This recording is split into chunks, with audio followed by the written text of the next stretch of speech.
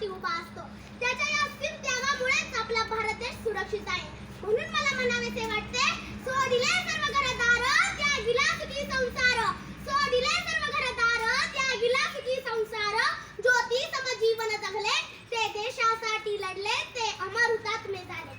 बोलतो आम्ही शेतकऱ्याच्या पोरी, आमच्या बापाच्या कष्टावर चालती दुनिया सारी. आमच्या बापाच्या कष्टावर चालती दुनिया सारी.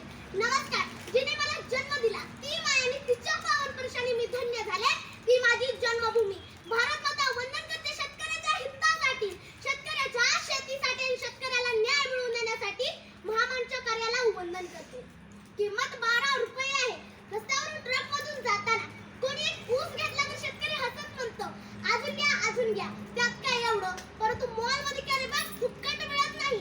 तो शेतकरी आहे. शेतकरी जगला पाहिजे. कारण इंडिया कितीही डिजिटल झाली तरी भाकरी काय डॉलर करून भेटणार नाही. शेतकरी जगाचा पोशिंदा आहे. मित्रांनो, माझा बाप शेतकरी राजा उभ्या जगाचा पोशिंदा जरी असला तरी माझ्या बापावर काय परिस्थिती आहे ही मी तुमच्या समोर मांडते. लेतो अंगावरी चिंध्या खातो मिराची भाकर. लेतो अंगावरी चिंध्या खातो मिराची भाकर. कारी उसाची पाचट जगा मिळाया साखर. जगा मिळाया साखर.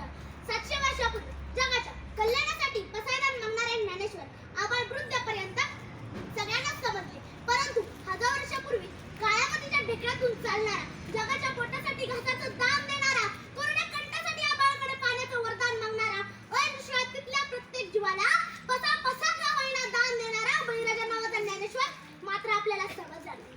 सध्याच्या वर्तमानपत्रात बळीराजाचं पसायदान समजून घेणे अत्यंत गरजेचे आहे. जो पाण्याने आंघोळ करतो तो पोशाख बदलू शकतो.